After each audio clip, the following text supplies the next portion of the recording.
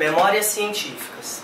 Memórias científicas é uma atividade de produção de fontes e referências por meio da história oral, voltado para os atores sociais que construíram e ainda compõem o cenário da ciência da informação no Brasil. É notório que a memória de homens e mulheres que contribuíram para o desenvolvimento deste campo disciplinar no Brasil se encontra fragmentada, quando não apagada.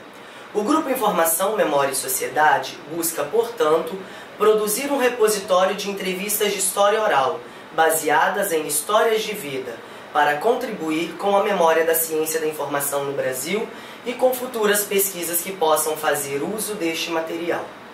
Rio de Janeiro, 14 de outubro de 2016, na Coep BICT, primeira entrevista com Lena Vânia Ribeiro Pinheiro, a cargo dos pesquisadores Leide Kleber Rodrigues da Silva e Tyron Rodrigues Rangel, para o projeto Memórias Científicas do Grupo de Pesquisa Informação e Sociedade, desenvolvido pelo Programa de Pós-Graduação em Ciência da Informação do Instituto Brasileiro de Informação, Ciência e Tecnologia. Boa tarde, professora. Boa tarde, Tyron. Gostaríamos de iniciar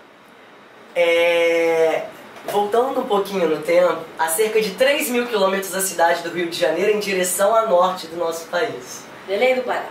Exatamente. Minha terra natal. Conte-nos um pouquinho qual é a sua origem familiar.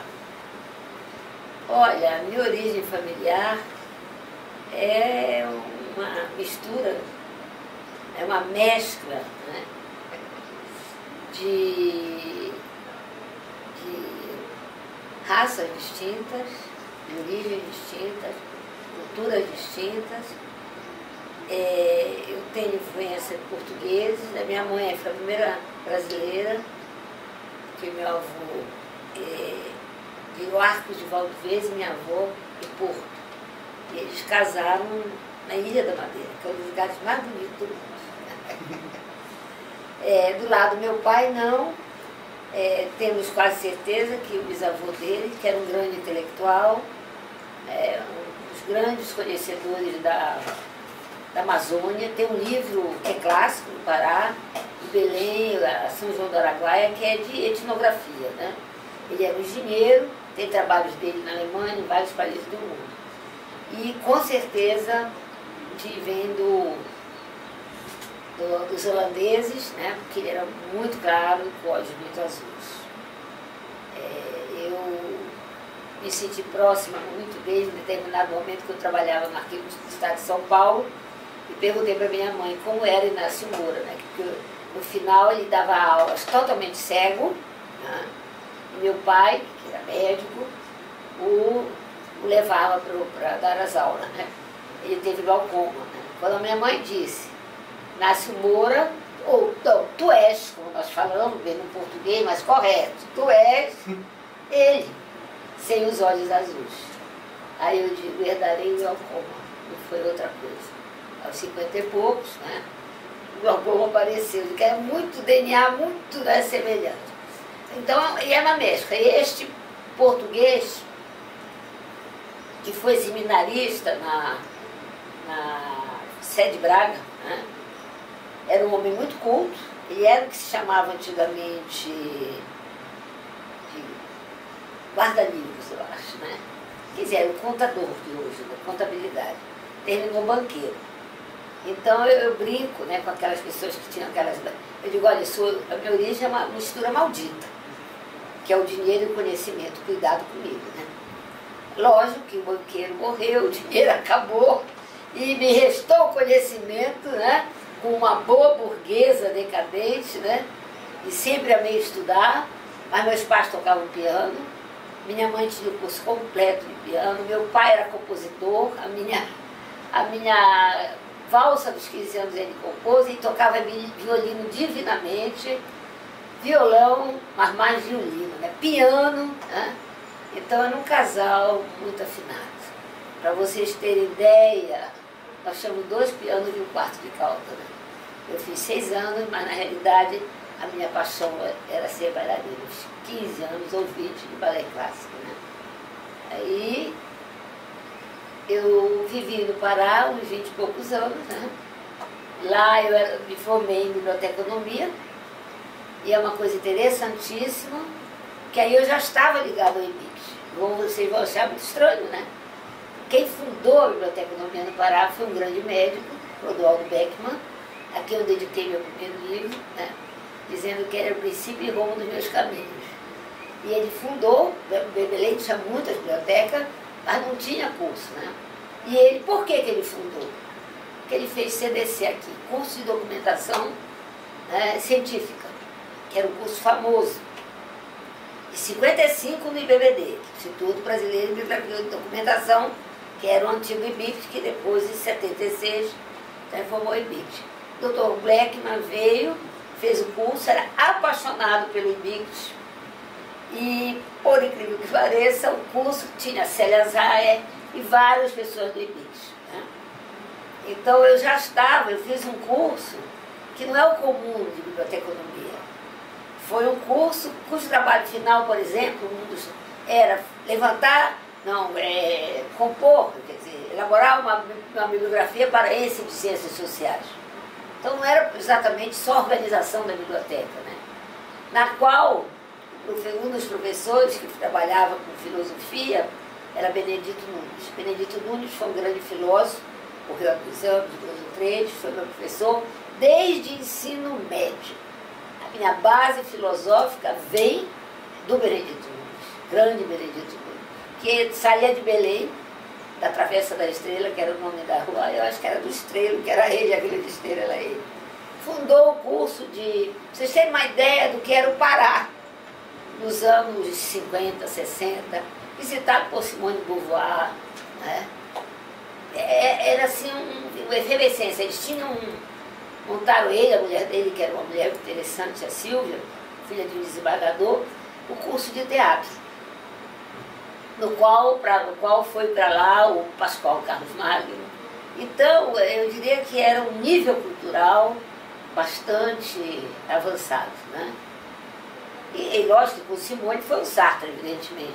Mas dos muitos, o teatro de lá, por lá passaram, porque tem a questão do ciclo da borracha, né? Passavam os navios, né, com os cantores de ópera, montavam ópera, balés, Ana Pavilova da Solar, né? Grandes cantores, grandes óperas. Minha mãe, quando do Saião foi ao vocês vendo que era o nível de Belém do Pará. Não está tanto assim, decaiu um pouco, né? No conservatório, ela foi aluna escolhida para cantar do Saião, porque ela tinha canto lírico, né? Uma bela voz. Então eu tive uma base, eu diria, literária, artística, porque meu pai era um grande apreciador de artes plásticas. Isso fez com que eu tivesse um background de cultura artística. Eu fiz o concurso, era uma vaga, era para arquitetos, bibliotecários e, como é que chamava o curso de educação artística, no departamento de letras e artes, e eu entrei. Né? Então a minha vida acadêmica começa com professora de História da Arte. Eu nunca ensinei matérias técnicas nem nada.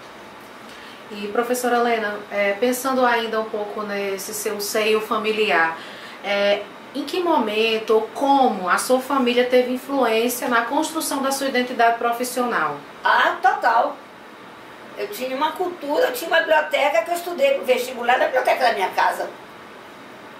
Eu não precisava sair de casa.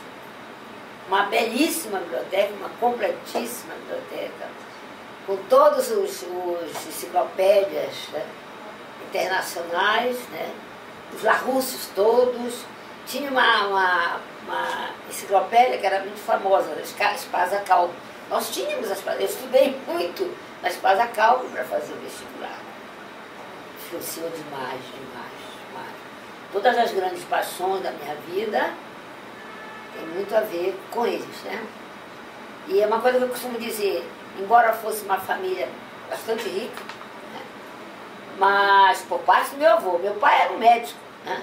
Um médico que escrevia crônicas para jornal, sabia um português perfeito, né? Até hoje eu ouço ele corrigia nossas cartas, né? E eu ouço ele dizer assim, Costa não, Costas. Costa é a geográfica, Lista não, camisa listrada.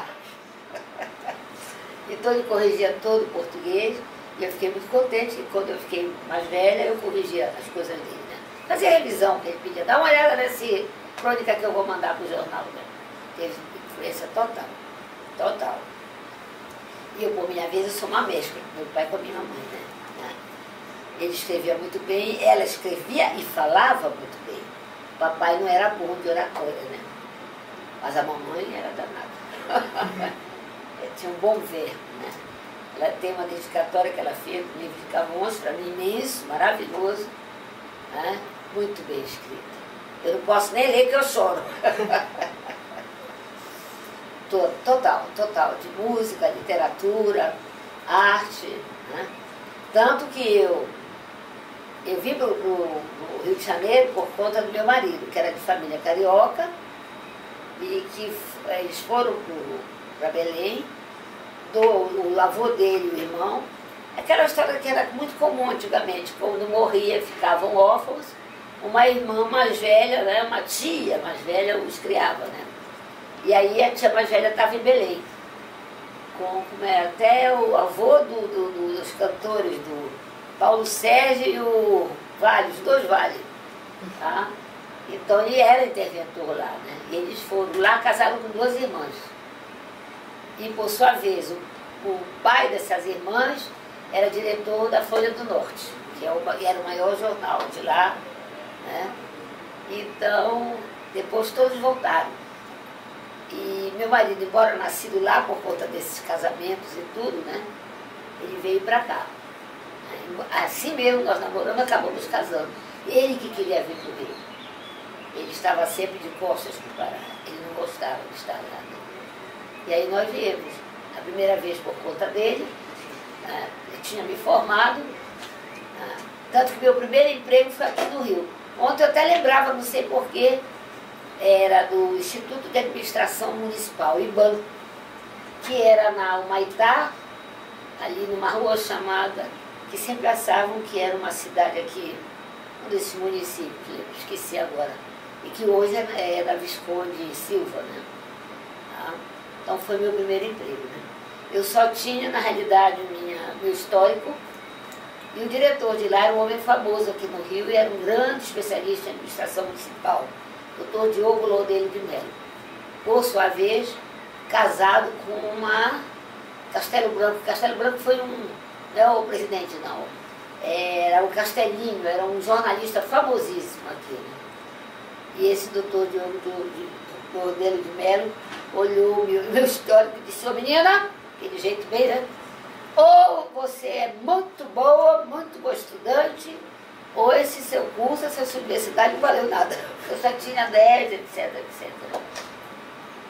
Aí quando eu vim a segunda vez, aí voltamos para o Pará.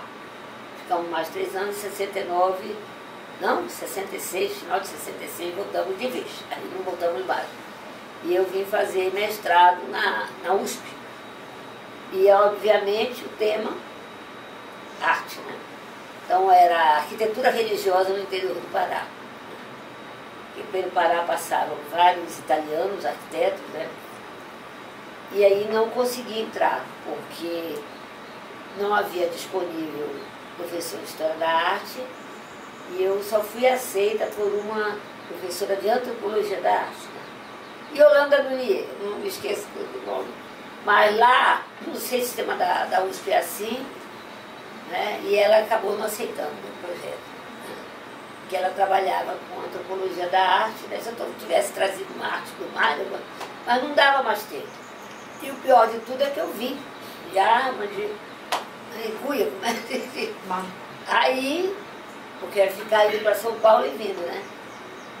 Eu liguei para o diretor do Centro de Departamento de Letras e Artes, que era um alemão de línguas germânicas, professor Otto Wurst, e disse: a professora, eu não entrei na USP, mas eu não tenho condição de voltar.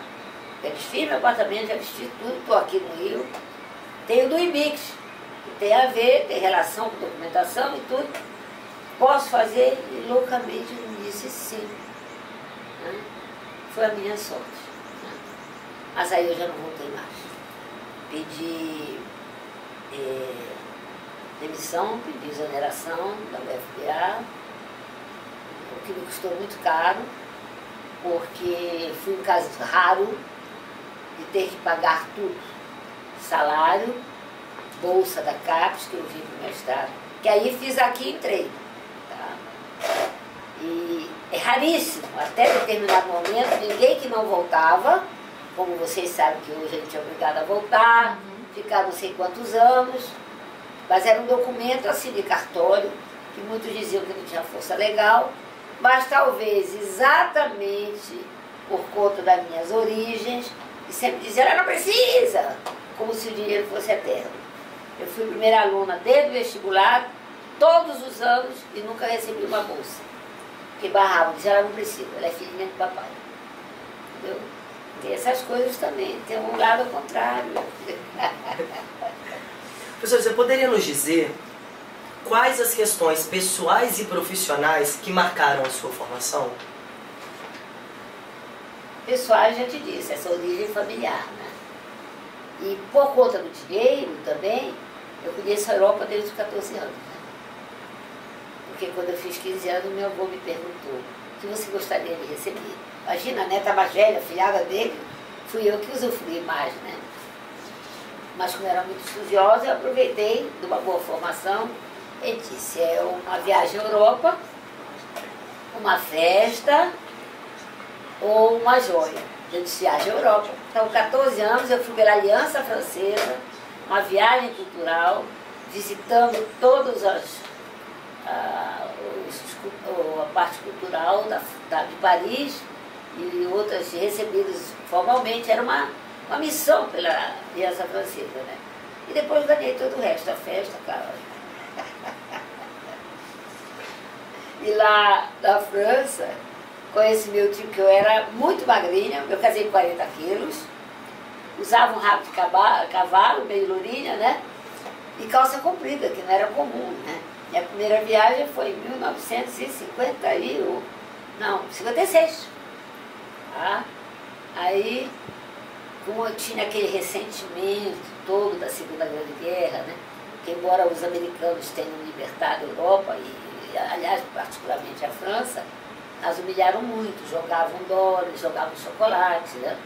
Tinha todo um ressentimento, né? Um trauma de guerra, né? Porque a guerra foi lá no local, né?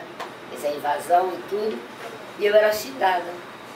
Uma vez atravessei uma praça e gritaram, americana, americana, americana. Eu não entendi nada, né? Depois é que me explicaram, olha, por conta da guerra, eles têm trauma. E também tem muito ressentimento dos americanos, né? Tanto que eu entrava, as pessoas falavam inglês e eu falava francês, né? Já falei muito bem francês, que fui aluna da Aliança, inclusive em Paris, em outra ocasião. Mas isso, desse lado, e do outro lado eu já falei, né? Que é a arte, né? O amor à arte. Cheguei a fazer 6 anos de piano, mas eu fui mesmo, uma excelente bailarina.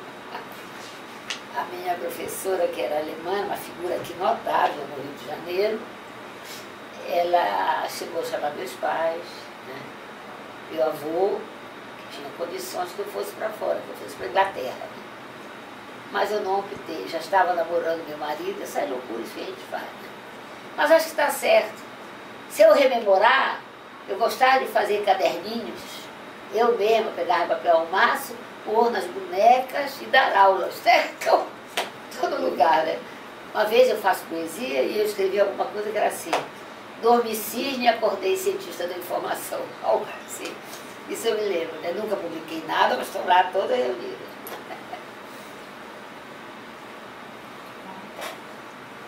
Quando quiser. Então, continuando ainda sobre a questão do IBBD, da mudança IBBD e BICT. A senhora já colocou que ele, né, representou essa mudança na área da ciência da informação, na documentação do Brasil.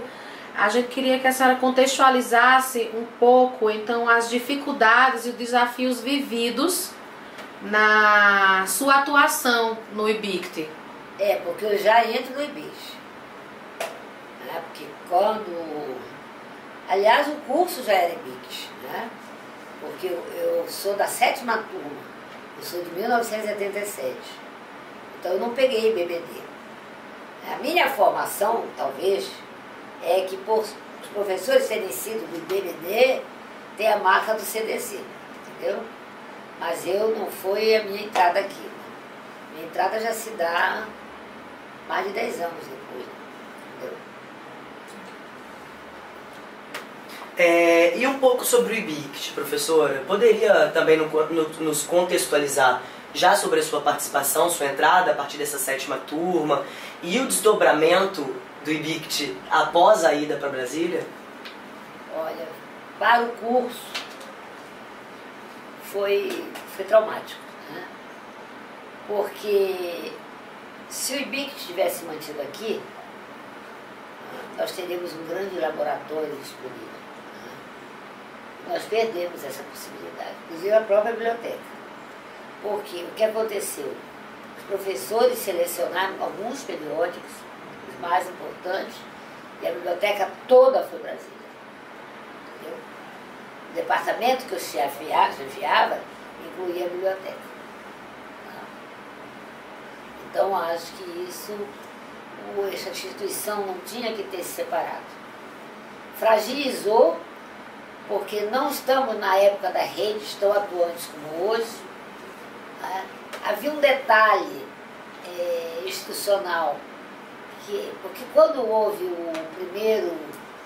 a primeira relação com a UFRJ, que é de 70, não era convênio, era uma coisa chamada comodato, acho que era tipo comodato. Só que a UFRJ não tinha nenhuma interveniência. Nós só apresentávamos um relatório ao final. Mas não tinha professor, tinha aquele vínculo que era com o Instituto de Matemática, né? Porque é o que tinha ligação com o processamento de dados. E quando ele foi criado, tinha até dúvida em relação ao curso, estou falando. Em relação à terminologia, se era informática, era ciência de informação, havia essa dúvida, entendeu? Mas ele é o único que começa com ciência de informação.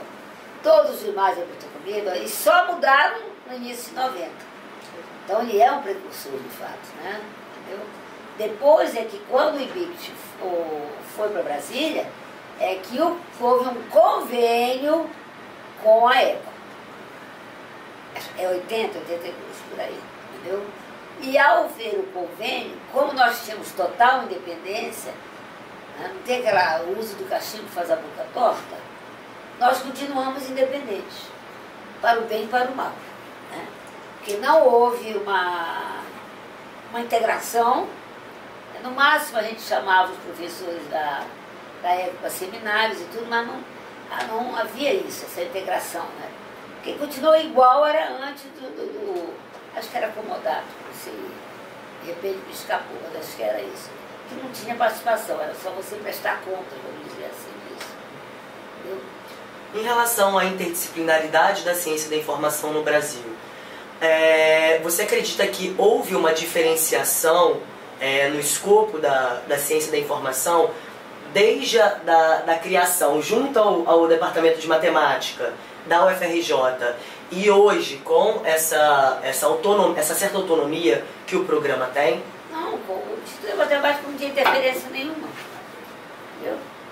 Então, os indícios, vamos dizer assim, de interdisciplinaridade, os indícios, vamos dizer que não seria exatamente, já vem do CDC. Quando ele faz curso, que ele abre para médico, ciência agrária, ele já está mesclando. Ele está entrando com os documentalistas.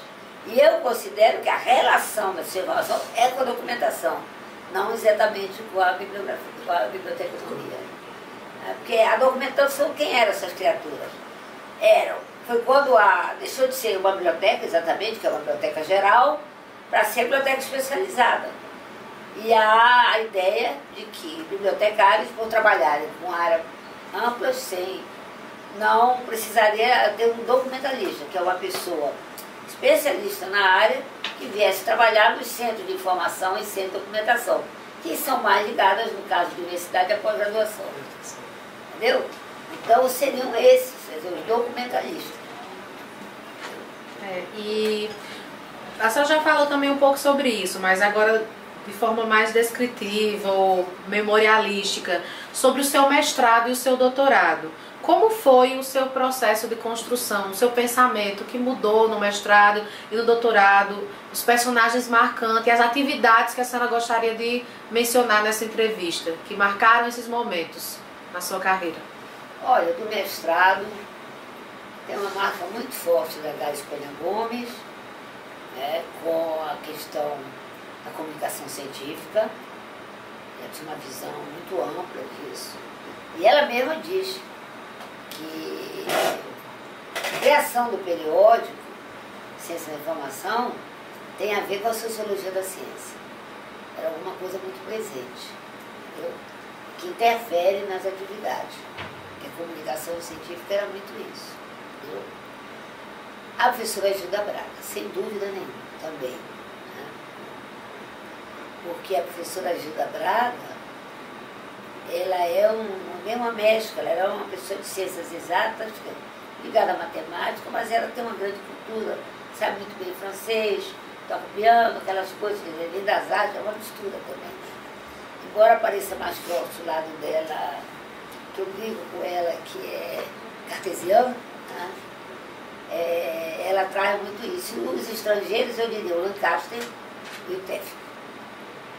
A Lavan e a Sumandata, sobretudo a Lavan, era muito técnica, né? Embora nos levasse a pensar os formatos, né? Essas coisas todas, a Lavan Vermaer. E a Sumandata era muito em cima da classificação, que é algo mais filosófico, né? Mas de qualquer maneira era muito direcionada. Eu acho que daí a grande influência é do Sola Price também. Que ele tinha relações acadêmicas muito fortes com a Gilda Braga e, na realidade, ele tinha uma influência, embora não fosse professor, a gente lia muito, né? O Sola Price, né? E os estudos quantitativos, as bibliometrias, né? Tá? Isso no mestrado e no doutorado? O doutorado foi em Comunicação e Cultura, que era uma linha de pesquisa ligada à informação, à ciência da informação. Foi muito bom porque eu escolhi os professores que eu queria. Do IBIC tinha a professora Gilda Braga, o professor Aldo Barreto, mas eu escolhi o Muniz Sodré. Eu só fiz quem eu queria fazer, entendeu? A gente tinha uma liberdade muito grande. A Heloísa Buarque de Holanda, entendeu? Márcio Tavares do Amaral, que acabou sedimentando os meus conhecimentos de filosofia, e voltando ao mestrado, Hilton Japiaçu. Sim. Hilton Japiaçu foi fundamental, porque ele nos deu a visão da interdisciplinaridade, a epistemologia, que é uma forma de você refletir sobre a sua própria área, né? Eu acho que, para mim, ele foi fundamental no mestrado. Né? E depois, já no doutorado, Márcio, o Muniz Sodré, e fiz um curso que tem a ver com o que vocês estão fazendo agora. Eu sempre conversava com a Heloísa Buarque de Holanda, e ela me dizia, é bom você fazer, e ela me indicou o curso de memória. Aí no Serviço Social, que é da Miriam Lise Barros. Né? Eu já tinha paixão por um livro da Cleia Bose, que é aquele dos velhos, né? Mais velhos. Memória de velhos. Amei o curso da Miriam. Né? Foi quando eu estudei muito Legoff, Bergson, Halbach, tudo, né? Nohar, né? Enfim. E escrevi um trabalho. E eu ia fazer, nessa ocasião, a disciplina da Lena Navinas, que era uma professora, acho que ela é da UERJ, mas trabalhava com a Heloísa Buarque de Holanda, sobre as mulheres do IBIT. Né? Acabei não fazendo. Fiz outra coisa, tá? Mas elas estavam muito animadas em fazer, né? Foi a primeira ideia, né? E aí eu mudei, não sei, não me lembro mais porquê, né? Mas foi um curso que eu fiz e com muito esforço, com muita alegria, mas eu já era professora. Eu dava aula numa sala e saía para ser aluna na outra. E tinha orientandos, porque tinha autorização da UFRJ. E isso é de enlouquecer qualquer cristão, entendeu? Era muito difícil. Eu não pedia nem na hora de escrever. Foi tão assim difícil que eu tinha uma coisa que eu chamava clausura.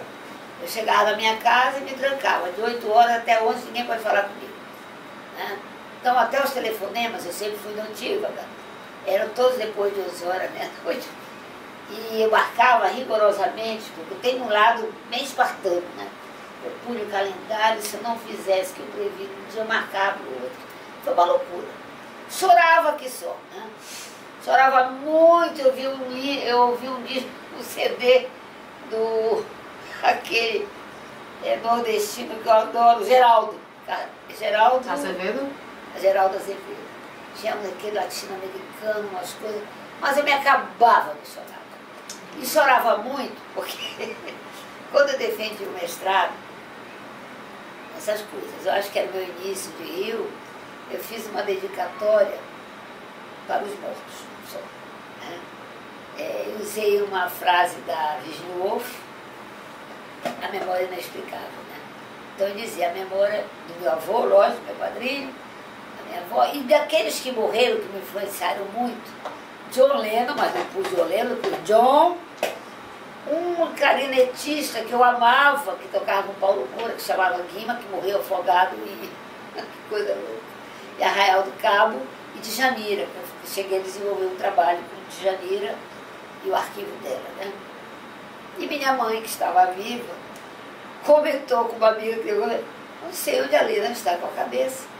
Eu estou viva, ela dedica para tudo que é morto. E quando eu defendi o doutorado, ela já não estava viva. Então tinha a ver com isso. Meu Deus! Né? E aí no doutorado, eu quis dedicar só para ela, mas aí tinha nascido meu primeiro neto. Eu fui avó com 46 anos, 45 para 46. Eu disse, não, tem que ir para a família, aí tem que ir os outros, né? Aí foi crescendo. Terminou meu marido, que não é muito amante de livros nem de intelectualidade, e eu disse, para Lulu, porque ele Fernandes, apesar de, 3 pontinhos. Nunca me esqueço da escritora Marília Barroso, que depois se tornou uma grande amiga minha, né? Uma grande escritora, por sinal. Fui aluna daqui. Né? Mas não foi nem minha orientadora, não minha orientanda, mas eu desenvolvi, né? Ela apresentou para Raquel de Queiroz, nós conversávamos muito sobre literatura, e ela disse, Lena Vônia, ali, sua dedicatória, estou estarrecida. Nem precisava aqui de 3 pontinhos do seu marido. Basta eu dizer para a lua, apesar dele. Pronto, ponto. Está ali todo. Foi muito engraçado. Então, é isso. Quer dizer, o doutorado foi prazeroso, que eu fiz o que eu queria, né? Mas foi muito trabalhoso, muito árduo. Né? Lena, deixa eu perguntar, pensando aqui, né, que lá no início, né, quando Gilda Braga era sua professora, né, esse momento do Solar Prize, né, você tem, como você mesmo colocou, né, um curso, um momento muito profícuo, né, muito sui generis. Que mesclava, né? Era até conflitante, né, assim, mas nos ajudava. Isso. E nesse momento há ali talvez uma preocupação muito grande na construção desse campo, né? Da ciência da informação para o Brasil, no Brasil e para o Brasil. Mais tarde, como você estava falando agora, né, você tem Márcio Tavares do Amaral, Muniz Sodré, é um outro momento, é um outro tempo. Mas é a comunicação e cultura, né? Sim, sim. E aí é isso que eu queria te perguntar um pouco, né? Há momentos diferentes da ciência da informação no Brasil. Né? Como você vê nessa sua experiência, digamos, nesse seu testemunho, pelo que você passou, pelo que você viveu, como você avalia, se é que você pode avaliar, como você, de alguma maneira, pode rememorar isso, né, no sentido crítico, né, dessas mudanças, né, porque essas mudanças trazem novos ares para a ciência da informação, novos olhares, mas ao mesmo tempo coloca a ciência da informação talvez questões que antes não eram dela. Como é que você vê isso? Nesse momento, eu não estou nem perguntando agora, estou perguntando nesse momento específico que você... Eu vou falar primeiro aqui, o curso daqui. Eu acho que houve o seguinte, nós acompanhamos um certo movimento, digamos, internacional, que nos anos que ela surgiu, quer dizer, que ela foi formulada pela primeira vez nos Estados Unidos, que é naquela reunião do Instituto Georgia Institute of Technology, 61, 62. Antes, né, eu estava falando, ela veio da documentação do Doppler. Mas o Doppler nunca falou exatamente de informação, muito menos de informação, né? O IBBD tem muita influência dele, a começar pelo nome do Instituto, pelo CDC, né, que olhava documentalistas, mas a área nos Estados Unidos, onde ela é fortíssima, era máquina, era informática, era sistemas de recuperação da informação, que são extremamente importantes, né? Porque a recuperação da informação continua sendo, na web então nem se fala. Eu particularmente, eu segui um pouco assim, no início era muita questão, eu até em algum trabalho eu faço a divisão, o conceito dela, o que era, a partir dessa primeira formulação que é do Georgia Tech, né? Diferentes pessoas, pode ser da corrente cognitivista, pode ser da corrente física, que é a primeira, vamos basear nos paradigmas do Capô, e na social, né? Então tem isso, né? Esses momentos, né? Nesse momento, nós estamos sozinhos como ciência da informação, né? Porque os outros cursos são documentação e biblioteconomia, né? Que só se transformam em ciência da informação em 90, 91, eu acho. Eu tenho isso mapeado. Ainda tem mais, a USP era de comunicação. A USP só foi ciência da informação a partir de 2004 ou 2006. Eu tenho isso, acho que 2004 ou 2006. Ela entrava no bloco da ciência da informação, né, de curso de pós-graduação, mas ela não era. Para você, quando eu fiz o mapeamento de tese e dissertações, eu tive que trabalhar com a coordenadora do curso de lá. Porque era muito difícil, vinha cinema, vinha literatura, entendeu? Porque era uma mestra do que estava na comunicação. Entendeu? Então eu vejo isso, assim, uma pouca possibilidade de olhar. Então, muito naturalmente, pela nomenclatura, eles ainda estavam muito aferrados à documentação, à biblioteconomia, né? Porque, às vezes, tem uma tese da Odoni que ela diz, mas foram os bibliotecários que fundaram a ciência da informação no IBICT, né, no IBBD. Acontece que não eram bibliotecários que faziam organização de bibliotecas, entendeu? De trabalhos técnicos.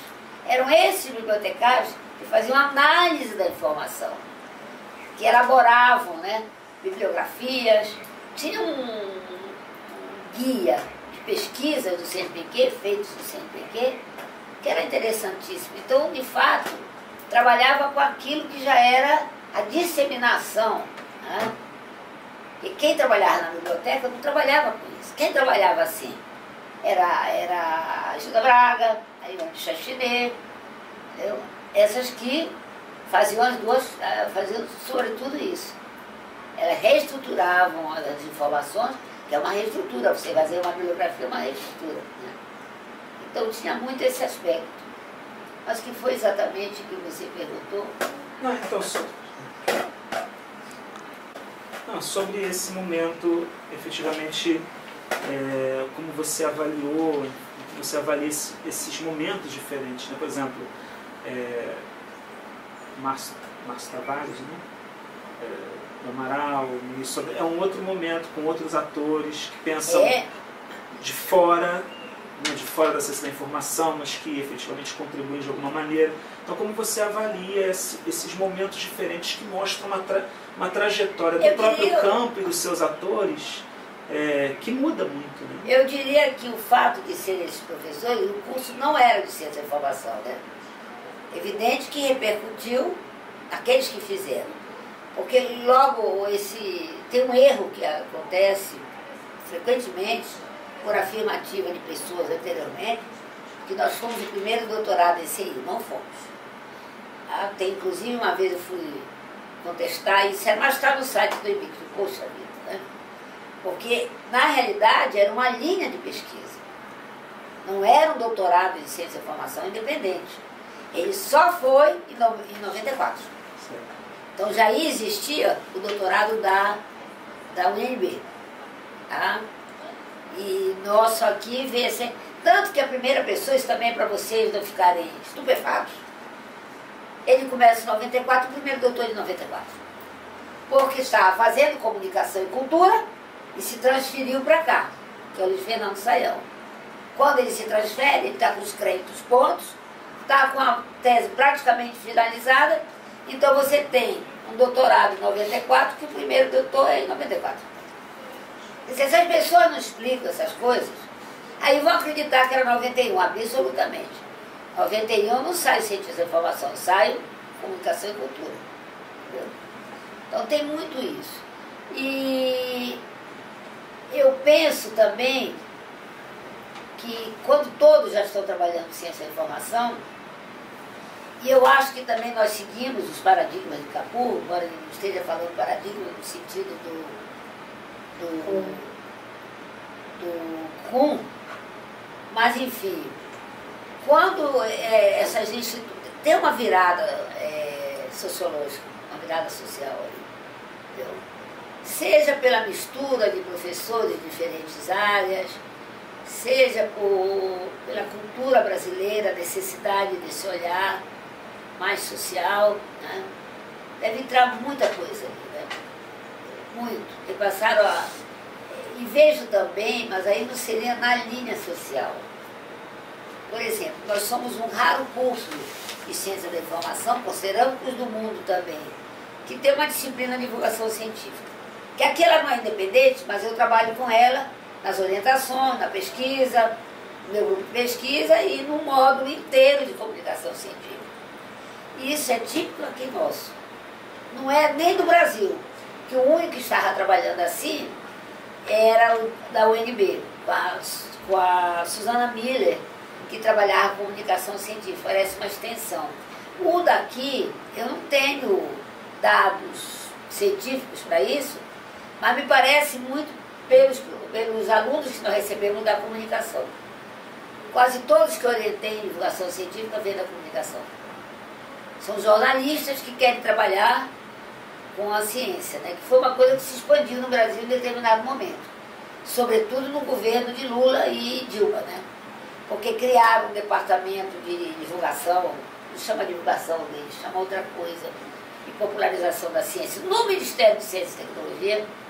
Esse é um momento que tem a ver com a política brasileira e que quase todos os institutos têm uma ação de divulgação científica muito forte, física tem, todos têm. Acho que em geral posso generalizar.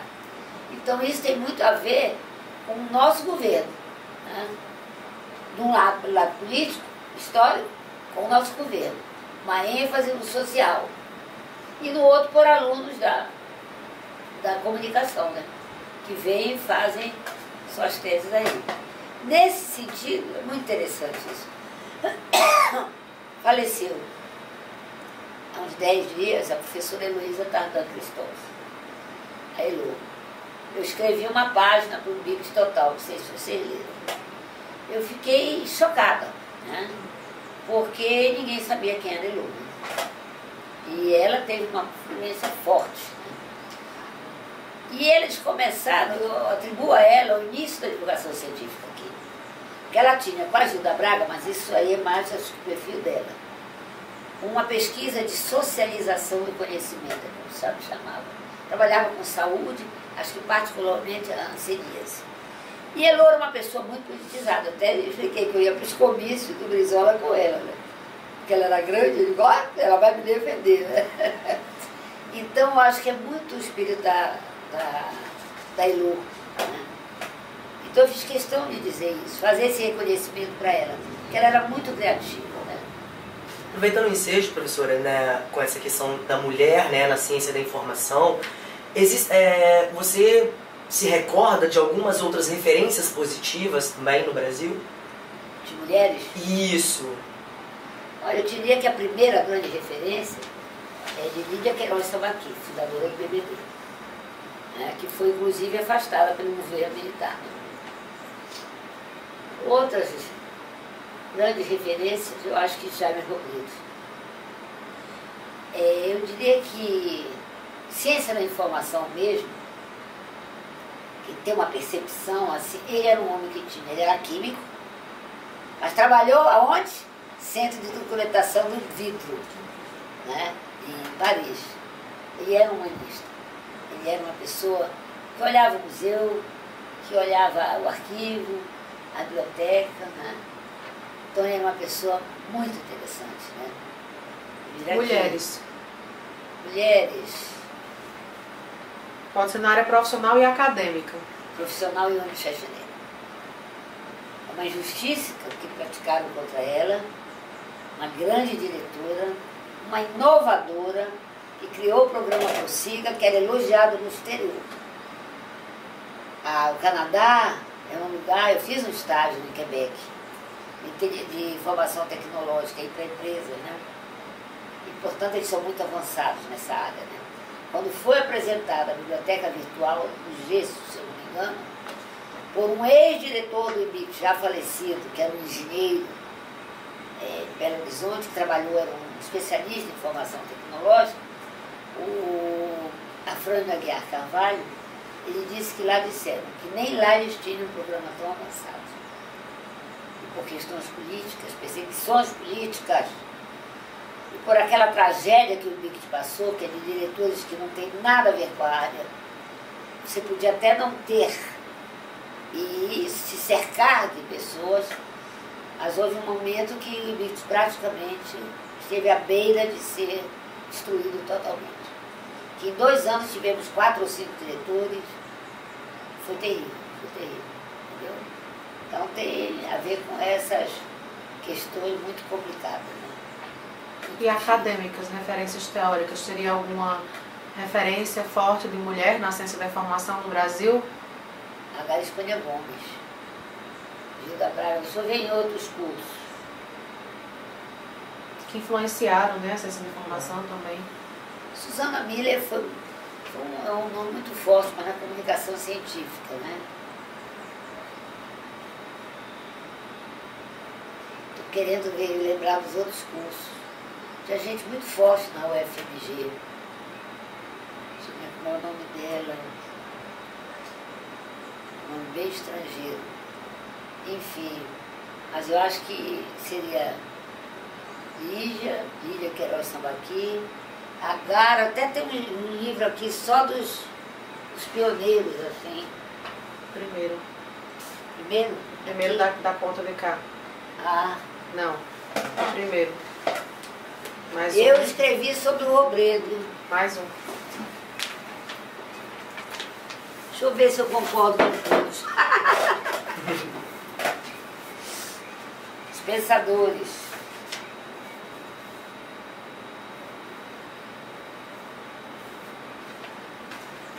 A professora Cordélia, de Brasília, também foi muito importante, né? Ela tinha bem o viés da biblioteconomia, mas ela era uma pessoa... Eles têm até um dicionário, ela junto com o Murilo Bastos. Tá? Muito interessante ela. Janice Multimor, que foi presidente da Biblioteca Nacional, também era uma mulher muito importante. A Gar, como eu já falei, e o Rádio Robredo.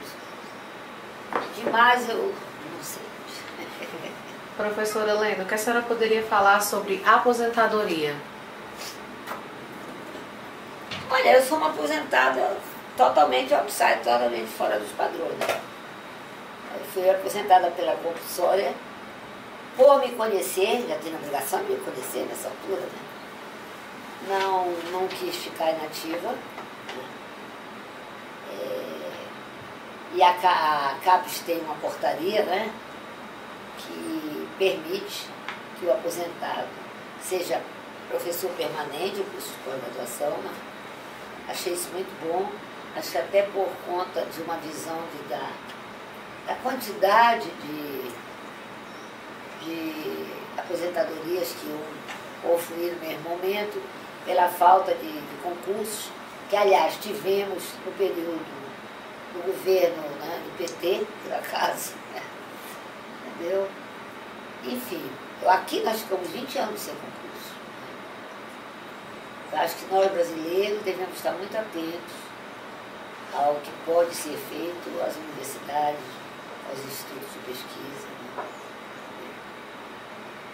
Então eu, particularmente, eu sou filha de médico, né? Mas eu não, as pessoas que se aposentaram prematuramente não foi muito positivo, não. Que eu conheça, né? Entendeu? E sobre o IBICT e a ciência da informação, de ontem e de hoje? Quais as memórias e quais as lembranças que marcaram essas gerações? Eu não tenho a pretensão de marcar gerações. Né? Aliás, o que me deu muito a visão diária foi o meu trabalho no CNPq. O trabalho no CNPq, que eu fui 2 vezes representante diário, eu fui em 2013, depois em 2013. Não, antes, 2011, até 13, 14. Você ali é um lugar privilegiado.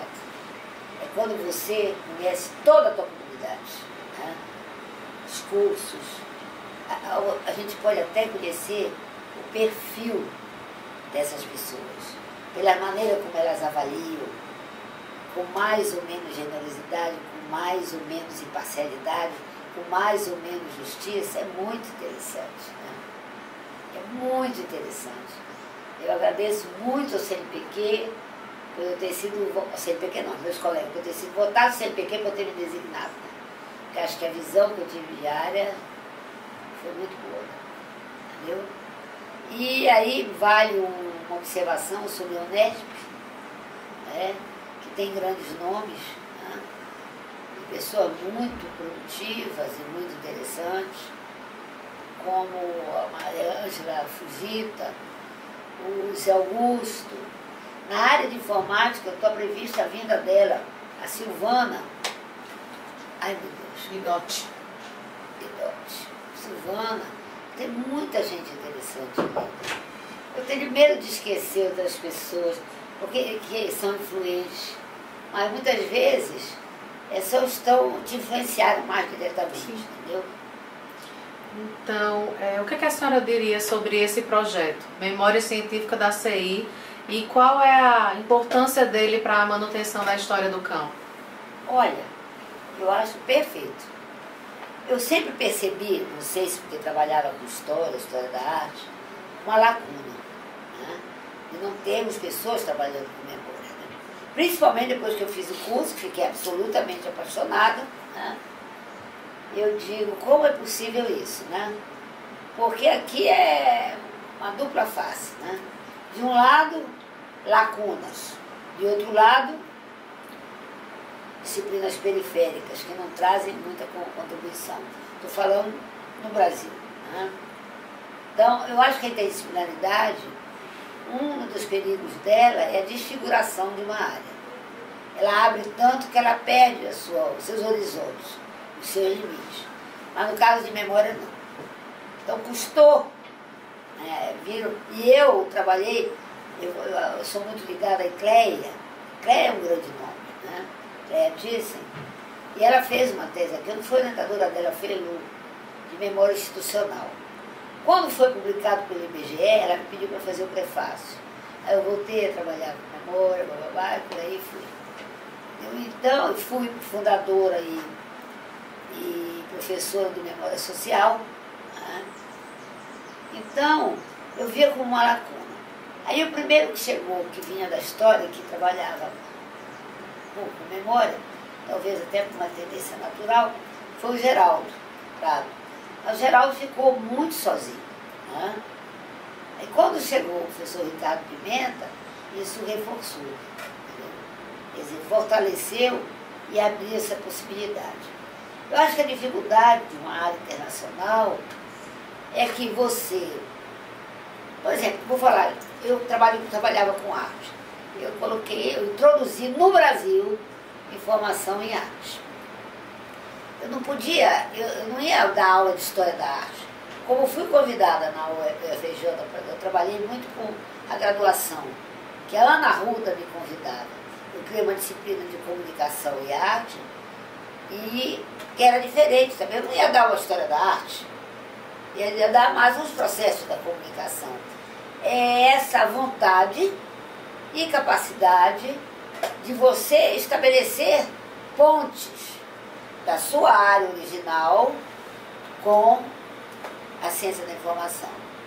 É muito difícil isso, né? Eu observo e me preocupo muito com esse desgraçamento, né? Porque tem cor, é como se fosse o caráter da área, né? É evidente que essas coisas modificam. Os próprios estudos de interdisciplinaridade mostram que isso muda muito com a história social, política do momento. Por exemplo, a globalização e as tecnologias, as TICs, mas sobretudo a globalização que é de mercado inicialmente, que forçou as empresas a maior competitividade, tem aí parte toda capitalista muito forte, né? E aquele capitalismo talvez selvagem, né? Então o que fez? Surgiu a disciplina de inteligência competitiva e depois gestão do conhecimento. Quer dizer, foi algo que surgiu uma necessidade política, social, histórica, né? De que as empresas se tornassem mais competitivas, né? E dessem uma visão, e você vê a informação transcendendo a empresa, né? Fora, né? Então acho que é muito isso. Aliás, eu fiz umas palestras aqui internas nesse, que era o nome da disciplina, que era da Lise e da Sarita, né? Então eu fiz junto com a Luísa Buarque. Eu a escolhi, ela aceitou. E ela disse uma coisa interessante, ela disse, as coisas surgem, porque aquele é o momento social, político, cultural, né? Alguém tem que criar aquilo, né? Tem todo um terreno, uma situação que propicia aquilo, né? Precisa haver, como agora, dados de pesquisa abertos, né? Você tem que ter uma tecnologia forte, aberta, que sustente essa nova vertente na ciência da informação, entendeu? Então, eu acho que é mais ou menos isso, né? Então, esse projeto vem a preencher uma lacuna. Como hoje nós temos uma lacuna de tecnologia, tá? Eu não acho que a ciência da informação tenha que ser essencialmente tecnológica, não. Mas acho que sem tecnologia ela também se fragiliza, entendeu? Eu acho que nós temos que ser uma mescla apoderada e equilibrada com tudo na vida. Disciplinas podem conter. E quero dizer que meus estudos de interdisciplinaridade, eles mostram que tem mutações, né? Que de acordo com essas condições sociais do mundo, políticas, históricas, à medida que ela vai mudando, que ela vai estabelecendo relações com outras áreas, as configurações epistêmicas dela vão também mudando, entendeu? Mas tem algumas coisas que são imutáveis, são sempre mutáveis na abordagem, nas tecnologias, por exemplo, a recuperação da informação, a organização do conhecimento, entendeu? Como que eu vou trabalhar com informação se eu não vou recuperar a informação? É impossível. E outra coisa que me chamava a atenção, é uma área que trabalha com registro, com documentos, né? Com informação. Como é que a ideia da memória não perpassa essa necessidade de você... A morte da Elo, eu ia falar antes, eu fiquei horrorizada. Aí disse, meu Deus, como o IBICT não tem um projeto de memória, que loucura isso, que ninguém saiba quem foi, quem passou, né? Que deixaram certos dados como esse, dizer que o nosso doutorado foi primeiro, isso é um erro, não é verdadeiro, não sejam corrigidos, porque você tem documentos, a questão do arquivo, comprobatórios, né? Então é até esquisito não haver essa preocupação, né? Com história oral, com tudo isso, né? Então acho que vem naturalmente. Isso teria que em algum momento, como diria, isso aparecesse, né? Tanto que por conta da Elo, e aí veio este projeto, vocês acabam de perguntar, como é o nome dele? Formação, memória... Memória científica da ciência da informação. Aí eu digo, pronto, pode ser até uma perna, uma coisa que eu me predispus, eu me ofereci para a diretora, eu acho que eu não regulo bem. Mas não trabalho, eu tenho quase nenhum, né? Então, para redigir, para tentar montar aqui uma equipe, eles lá, eu até sugiro que eu acho que eles devem participar, que a gente comece um projeto. É incrível o IBIT não ter arquivos que recuperem os dados corretamente e comprovem o que está sendo dito. Entendeu? Sabe-se lá, estão perdidos. Eu tenho umas fotos com o Solapraz e tem coisas maravilhosas. Jantando com ele, todas nós, que a Gilda tem muito o aspecto maternal, nos levou depois nós todas dançando com ele, e ele dizendo, I love you all, entendeu? Está lá guardada. Eu preciso que se mostre as coisas acadêmicas e não acadêmicas, porque não tem essa separação, corpo para ali, alma para ali, ou então essa coisa horrível. Enquanto professor, que enquanto, gente? Como, na condição de professora, eu vou ser diferente do ser humano que eu sou? Como professora, eu me manifesto o ser humano que eu sou. Entendeu? Só pode ser assim.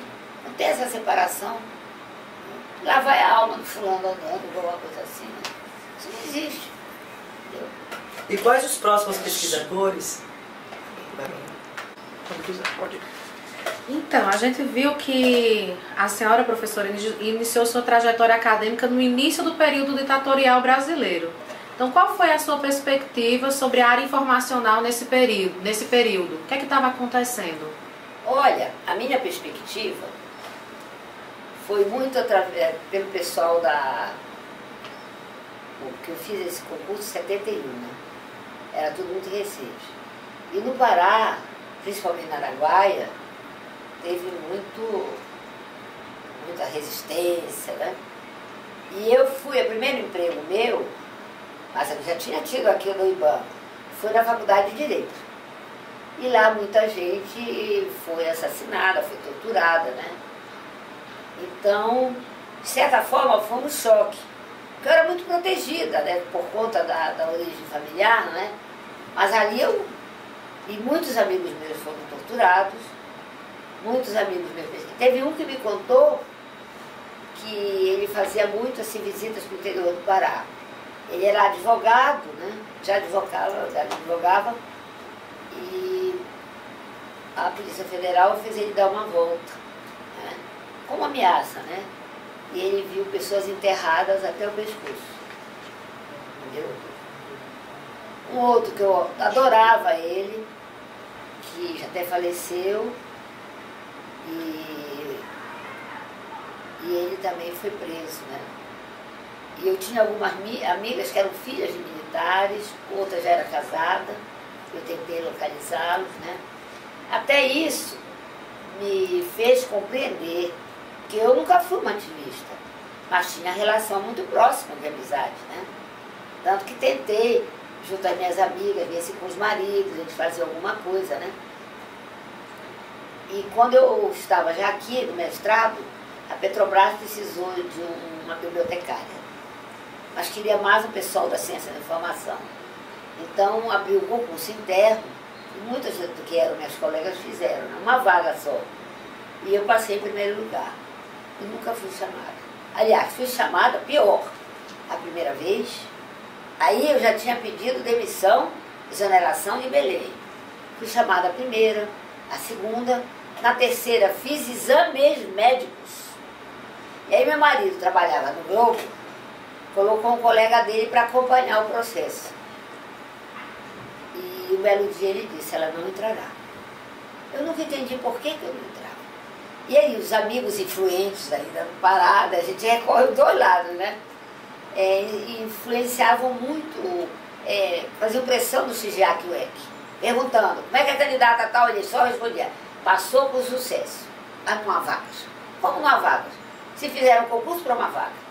Então, alguns anos depois eu digo, será que as minhas relações no Pará interferiram nisso? Disseram, olha, ela é perigosa porque ela tem amigos. Ela não foi, mas ela estava ligada a pessoas que fizeram Araguaia, etc, etc. Eu não entendo como é que aconteceu isso. Lena, você falou CIGEAC. UEC. O que é isso? Era presidente da Petrobras. Ah, certo. A minha filha adotiva, que é do Cantagalho, quando eu desci, e a gente falava muito mal da Petrobras, né? Sem vergonha, não contrataram, né? Todo mundo revoltado, porque eu fiquei sem emprego. Né? Me fiei que ia, aí mesmo que a designação, a exoneração foi solicitada, né? E aí quando foi na minha dissertação, ela perguntou assim, A Petrobras vai, mamãe. A gente falava tanto de Petrobras que ela pensou que era um ser humano. Petrobras o nome, né? Porque aí eu vou dizer para ela. Tá vendo? Perseguiram a minha mãe, mas não adiantou. Ela foi em frente mesmo. Pelo amor de Deus, Petrobras não é um ser humano, é uma instituição, sabe? Um prédio assim, com um departamento que ela não entendeu, né? E queria encontrar com a Petrobras. Zizek era o presidente, um japonês terrível. Helena, deixa eu te perguntar uma coisa a respeito disso. Né? A gente está falando dessa sua entrada na vida acadêmica, né? Nesse período, e aí você diz que nesse momento de entrada surge uma oportunidade de vaga na Petrobras e você tenta o concurso. Né? Aí a pergunta, se você tivesse efetivamente entrado na Petrobras, né, você estaria saindo da vida acadêmica? Né? Porque, veja bem, me causou interesse, né, compreender, por que efetivamente, se você estava entrando na vida acadêmica, por que você vê a Petrobras como uma opção? Eu gostava de desempregada. E efetivamente essa opção poderia lhe tirar essa vida acadêmica? E nesse sentido, qual era o cenário acadêmico para alguém da ciência da informação nesse período? Como é que isso se delineava nesse cenário? Já ia para o IMICT, onde eu fiz mestrado, provavelmente. Porque já no mestrado, como eu era professora em Belém do Pará, né, eu fui convidada pela professora Laura Maia Figueiredo, já falecida, que era chefe de um departamento que na época chamava Departamento de Estudos e Pesquisas, DEP, que seria o de hoje. Né? Me convidou para ser professora de metodologia da pesquisa no CDC. Aí eu cheguei a dar aulas no CDC. E mais, aqui no mestrado, que eu fiz em 77, a Gá me chamou para ser um tipo de assistente. Né? Então, quando ela não dava aulas, eu que dava para meus colegas.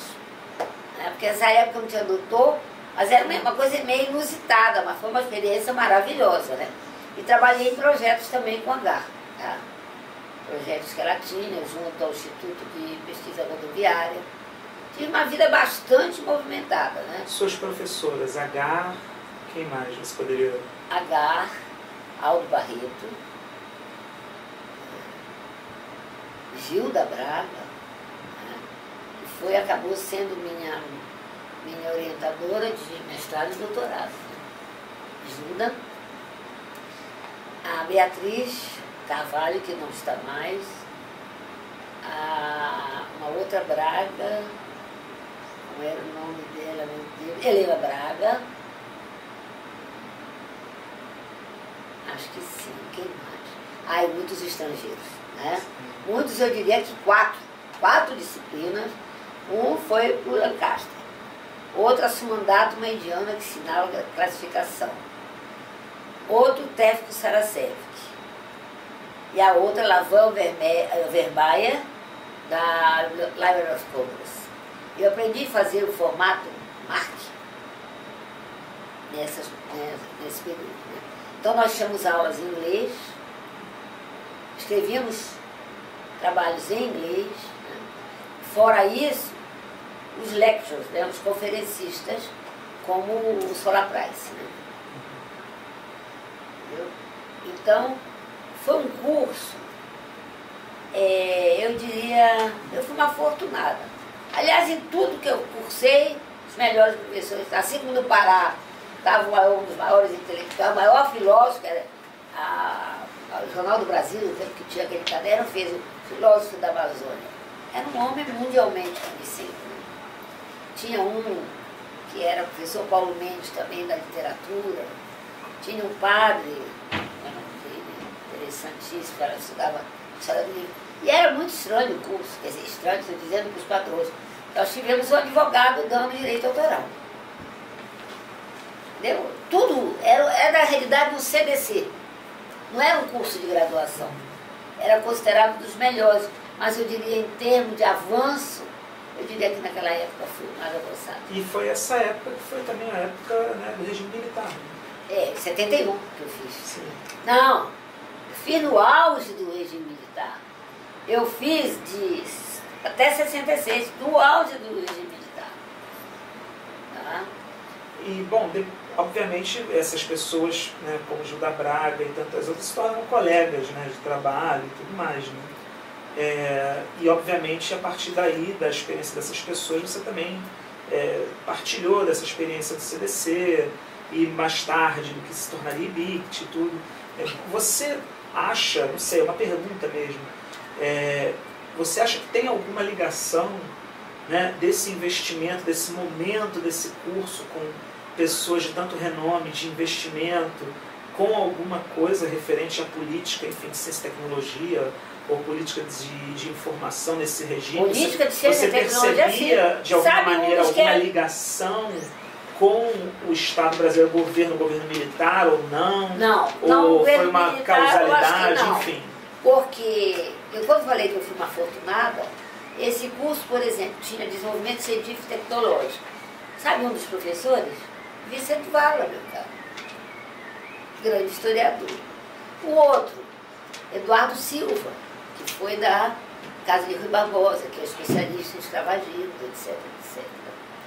E tinha um outro que eu esqueci o nome agora. Né? Mas eram pessoas de primeira linha também, e eu sempre disse assim, enquanto os professores estrangeiros punham com olhar lá fora, né, com pouca sensibilidade para o país, estes nos colocavam no pé do nosso país. Foi uma mistura assim abençoada. Melhor seria impossível, entendeu? Isso nos deu uma visão mais realista. Sim. Entendeu? Que eu imagino que vinha muito por Agar Espanha Gomes.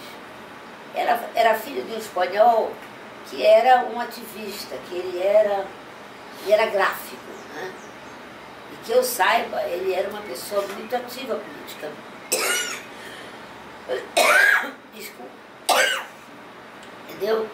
Então, eu acho que é muito o curso, eu considero que é muito a cabeça de Agar. Que além de ser uma humanista, é uma pessoa que, pela família, pelo que eu me lembro que ela me contava, né?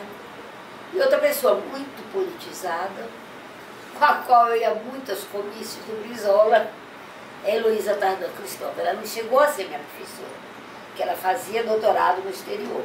Porque depois as daqui foram se doutorar para criar um corpo docente, né? Porque quando o curso daqui começou, que é 70, é a década do auge da criação da pós-graduação.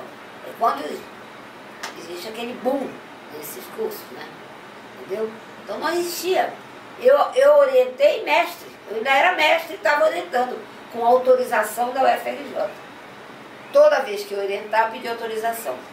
Entendeu? Professora, e a senhora falou que foi o boom da explosão desses cursos, eu fico me perguntando, como é que a senhora vê o porquê do surgimento desses cursos nesse momento? O que estava acontecendo antes que possibilitou o surgimento desses cursos aqui no Brasil? Olha, eu acho que tem a ver muito com a criação dos órgãos de fomento, a própria CAPES, entendeu? Foi uma institucionalização de órgãos que seriam fundamentais para apoiar a pós-graduação, né? Principalmente os de fomento, né? Era um momento que as coisas estavam... Né? A ciência da informação especificamente? 70. Né? E a ciência da informação, o IBICT já tinha, quer dizer, o curso CDC, o IBICT é de 54. Né? A gente tem que lembrar que o CNPq, que é de 51, acho que é 51. Não, é de 41, né? 51, agora me deu uma dúvida atroz. Ele vem numa função política, que não é um órgão de pesquisa exatamente. O que estava por trás é energia nuclear. Entendeu? Então tem o discurso que é dito, escrito e o que não está escrito. Né? Que é o que está... entendeu? Meu Deus, agora me deu um branco com o IBICT, foi em 54. IBBD. O IBBD 54 e 51 CNPq. Acho que é 51 CNPq. Deixa eu perguntar, você acha, não sei se existiu algum tipo de... Você poderia dizer se havia alguma diferença? O que muda quando deixa de ser IBBD e passa a ser IBICT? Nesse momento, nesse cenário de investimento em ciência e tecnologia, enfim, o que muda? Né? Porque, como você disse, CNPq é 51 e IBBD, mas depois vem IBICT nos anos 70, é IBICT, a pós-graduação. Há uma mudança, digamos, efetiva, né? Ou só mudaria o nome? Enfim, qual foi a transformação? Houve uma transformação ou não? Acho que houve. Né? E eu fui do IBICT como gestora em 82, né? Esse aqui depois que eu volto para cá. Mas quando eu comecei aqui eu não era uma funcionária, né? Acho que muda. Acho que se perdeu muita coisa. Há coisas, ou há fatos, ou iniciativas que se perdem pelo tempo mesmo, que ficam caducos. Tem outras. Mas era a fase do excessivo planejamento. Né? Então, tinha, sim, uma esquisse, alguma coisa ainda de ditadura. Né? Então, se mudou rapidamente para sistemas, né? Eu acho que foram muitas mudanças assim, abruptas, aos saltos, né? Coisas aos saltos. E creio que foi um pouco difícil essa adaptação, né? Porque ele era o IBBD tinha muito, engraçado, nós também somos uma mescla do puro hotelier, né? Bem europeu, advogado, e da influência norte-americana, né? Porque o CDC tinha muito espírito do hotelier, né? Você vê que o nome do instituto é Instituto Brasileiro de Bibliografia e Documentação. Não era o nome do Instituto Internacional de Bibliografia, entendeu? Então tinha muito a ver. O Instituto basicamente se fortaleceu criando bibliografias nacionais. A primeira bibliografia nacional automatizada foi de física. O BD não tinha infraestrutura tecnológica, mas as bibliografias eram rodadas, iam em formulários, né? E tinham rodadas no São José dos Campos. E o pessoal ia de carro para cá, ficava lá, dormia lá. É uma loucura essa história, entendeu? Que ainda ninguém escreveu até, né? Mas tem pessoas que participaram dela, que iam, né, tipo o Ione Chachinei, da Maria Lima, que iam para rodar essas bibliografias, e a primeira automatizada. Então ele era um órgão, lógico que naquela ocasião as áreas não tinham avançado tanto no sua infraestrutura informacional. Tá? Não tinha condição de assumir uma bibliografia, por exemplo. Mas acontece que essa passagem abrupta, por exemplo, vamos deixar de elaborar bibliografias nacionais, repassamos a outras instituições. Muitas ficaram descontinuadas, entendeu? Porque os órgãos não tinham infraestrutura ainda para isso. A questão da automatização, quer dizer, da tecnologia, né? Falando ainda um pouquinho sobre a sua atuação profissional, professora, desde a sua exoneração lá pela UFBA, passando pela essa tribulação na Petrobras, já na década de 80, nós vimos que você integrou como coordenadora de implantação os sistemas de biblioteca de informação aqui da UFRJ. Mas aí eu estava aqui. Já estava aqui no IBICT, né? Quais foram, então, essas etapas de sua vida profissional? Por onde você passou? Já é mestrada, porque eu dava aulas e era coordenadora do sistema. Quais foram essas etapas, então, da sua vida profissional até culminar aqui na ciência da informação? Eu já estava na ciência da informação, eu já era professora. E como aconteceu esse convite, então, ou essa oportunidade? Em que momento da sua trajetória veio essa função como coordenadora? Eu já tinha voltado do IBICT. Eu trabalhei no IBICT de 82 a 85, até metade de 85. Aí vim formalmente e fui exercer formalmente. Não como anteriormente, no final dos anos 70, que eu era uma assistente, tinha até sido tipo uma monitora da GAR, né? Que foi uma grande aprendizado. Né? Então, eu já voltei para cá. E por indicação, porque o a UFRJ enfrentava problema na implantação do sistema e acho que foi mais uma interferência, né, da FINEP, que disse tem que colocar uma pessoa mais experiente, né, uma pessoa da ciência da informação. Então o reitor da ocasião, Paulo Gomes, grande reitor, me convidou. Mas antes ele conversou com as bibliotecárias e com todos os profissionais de formação se me aceitavam para dirigir isso. Quer dizer, eu tive que redigir um projeto, a implantação do sistema. Foi um período difícil, né? Porque as bibliotecárias sequer, os profissionais, que não tinha só bibliotecária, tinha o pessoal da informática, sequer conversavam. Né? Era um sistema de 40 e poucas bibliotecas e algumas dispersas geograficamente. Nem tudo estava nos campos. Né? Entendeu? Então, nas bibliotecas nos campos. Então era complicado isso, né? Foi difícil. Né? Mas já era simultâneo. Eu já dava aulas e coordenava o sistema. As eu implantei no sistema. Como quiser. Quais os próximos pesquisadores você indicaria para as nossas próximas entrevistas da área da ciência da informação? Eu acho que a Gilda Braga, né? Deixa eu ver quem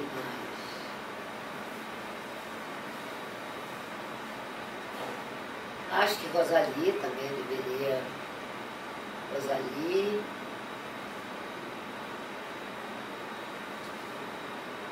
Como Elô não pode mais, né?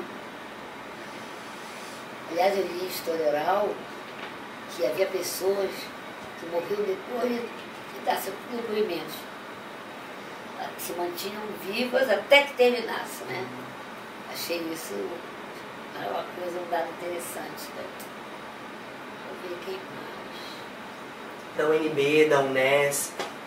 Ah, da UNB, a Suzana Miller, sem dúvida. O Robledo também já se foi. Tem uma pessoa que é jovem, mas que viveu muita coisa, que é a Marisa Bracher. Marisa Bracher viveu o IBICT, da CAPES, ela é uma excelente pesquisadora, séria, íntegra, acho que é importante. Da Unesp tem essas criaturas que eu falei, né? O Zé Augusto, a Maria Ângela, a Silvana. Tem a Isa Freire, né, que é uma figura que foi nossa, que ela é uma cientista social, né, e que tem contribuições muito interessantes. E a quem a UFPB, se for justa, o upgrade que ela teve é a Isa Freire. Depois ajudada pelo irmão, mas é a Isa Freire. Eu acho que é terrível quando você não tem noção de justiça, de reconhecimento. Né? Eu sou muito reconhecida aos meus mestres. Eu sou o que eles me moldaram. Na realidade, lógico que eu sou da minha essência. Né? Até foi interessante, quando a Gá fez 80 anos, fizeram uma linda festa para ela. A Gá está com 85, ou 86. E eu que estive envolvida assim, como vai ser, acabando o planejamento, acabei não podendo estar por mais uma vez uma viagem, né? Essas coisas que me acontecem. E eu, quando entreguei o presente para ela, eu dizia tudo isso no cartão. Ela ficou muito mais interessada no cartão do que... Eu achei que o cartão, pelo que eu disse para ela, né? Eu acho que os médicos precisam saber disso também. Né? Eu sempre tive uma profunda admiração pelo Márcio Tavares do Aguiar, Márcio Tavares do Amaral. E nós o convidamos para um seminário aqui, eu e Nélida. E ele não pôde aceitar e mandou um e-mail para mim, não sei porque, acho que ele já tinha dito para a Nélida. E eu resolvi naquele dia, eu tinha muita timidez diante dele. Né? Tem pessoas que me deixam mais tímida. Eu não tenho nada de tímida, ainda mais quando eu não conheço muito bem. Dizer o que eu devia a ele. Né? Foi muito interessante que ele me escreveu e me disse: Helena Vânia, foi o primeiro presente, hoje é o meu aniversário, e eu agradeci muito que você me escreveu. Foi um presente, cara. Eu disse o que a minha vida acadêmica devia, né? E dava lindas aulas, né? Tinha um colega que fazia, eu incentivei a fazer. E não gostava de filosofia. Eu disse, não, Lena, é muito para o meu pensamento. Eu vou sair. Enfim, deixa eu ver. Na região sul, pensando numa redistribuição geográfica. Tem uma professora que é muito boa, Brígida.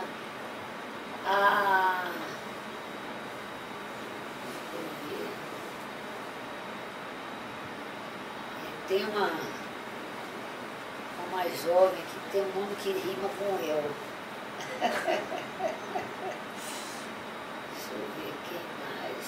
No sul. Tem no Nordeste o Raimundo que está lá hoje. O Raimundo é uma pessoa interessante. Está no CNPq também. Da UFPE. Hã? Da UFPE. Da UFPE, mas ele era da USP.